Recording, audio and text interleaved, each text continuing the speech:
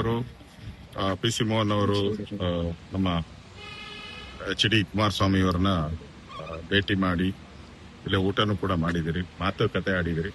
ಪ್ರತಿ ವಿಧಾನಸಭಾ ಅಧಿವೇಶನಕ್ಕೂ ಮುಂಚೆ ನಾವು ಮತ್ತು JDS ಯಾವ ರೀತಿ ಅಧಿವೇಶನದ ಒಳಗಡೆ ಸಮನ್ವಯತೆಯಿಂದ ಸರ್ಕಾರದ ಫೇಲ್ಯೂರ್ಸ್ಗಳನ್ನ ಹೇಳಬೇಕು ಅನ್ನೋದು ಚರ್ಚೆಯನ್ನ ನಿರಂತರವಾಗಿ ಮಾಡ್ತಾ ಇದ್ದೀರಿ.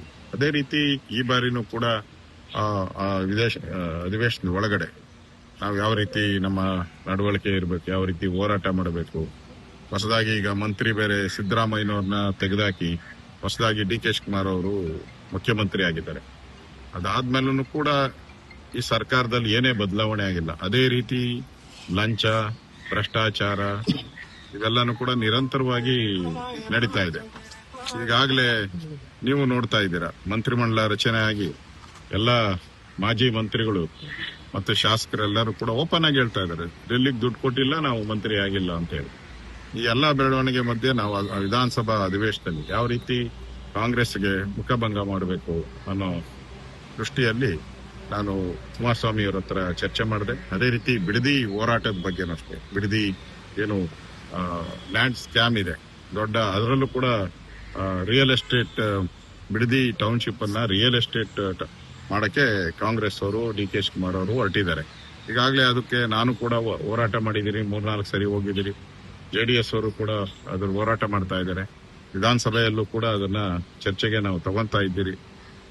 ಈ ಹೊರಗಡೆ ವಿಧಾನಸಭೆ ಹೊರಗಡೆ ಈಗಾಗಲೇ ಹೋರಾಟಗಳು ನಡೀತಾ ಇದೆ. ಎರಡೂ ಪಾರ್ಟಿ, ನಾವು BJP ಮತ್ತು JDS ಎರಡೂ ಕೂಡ ಪಾದಯಾತ್ರೆಗಳನ್ನ ಘೋಷಣೆ ಮಾಡಿದೆ.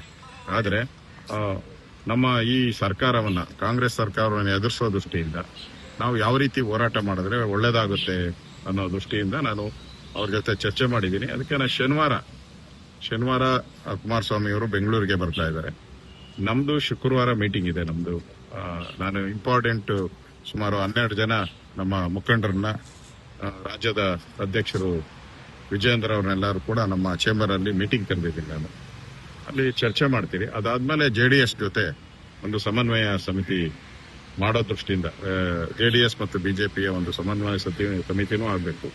ಅದೇ ರೀತಿ ಹೊರಗಡೆ ರಾಜ್ಯದಲ್ಲಿ ಯಾವ ರೀತಿ ಹೋರಾಟ, ಬಿಡದಿ ಹೋರಾಟವನ್ನ ಒಟ್ಟಿಗೆ ಮಾಡಬೇಕಾ ಹೇಗೆ ಅನ್ನೋದ್ರ ಬಗ್ಗೆನೂ ಶನಿವಾರ ನಾವು ಕುಮಾರಸ್ವಾಮಿ ಅವರು ಕೂತು ಚರ್ಚೆ ಮಾಡಿ ಒಂದು ಘೋಷಣೆಯನ್ನ ಮಾಡ್ತೀರಿ. ಅದಾದ್ಮೇಲೆ ನಮ್ಮ ಹೋರಾಟ ಇನ್ನೂ ಪ್ರಖರವಾಗಿ ಆಗೋ ರೀತಿ ಕೆಲಸ ಮಾಡ್ತೀವಿ. ನಿರ್ಭೀತ, ನಿಷ್ಪಕ್ಷಪಾತ, ವಿಶ್ವಾಸಾರ್ಹ ಸುದ್ದಿಗಳಿಗೆ ಮತ್ತೊಂದು ಹೆಸರಾಗಿರೋ News18 ಕನ್ನಡ ಈಗ ಆಪ್ನಲ್ಲೂ ಲಭ್ಯ ಇದೆ.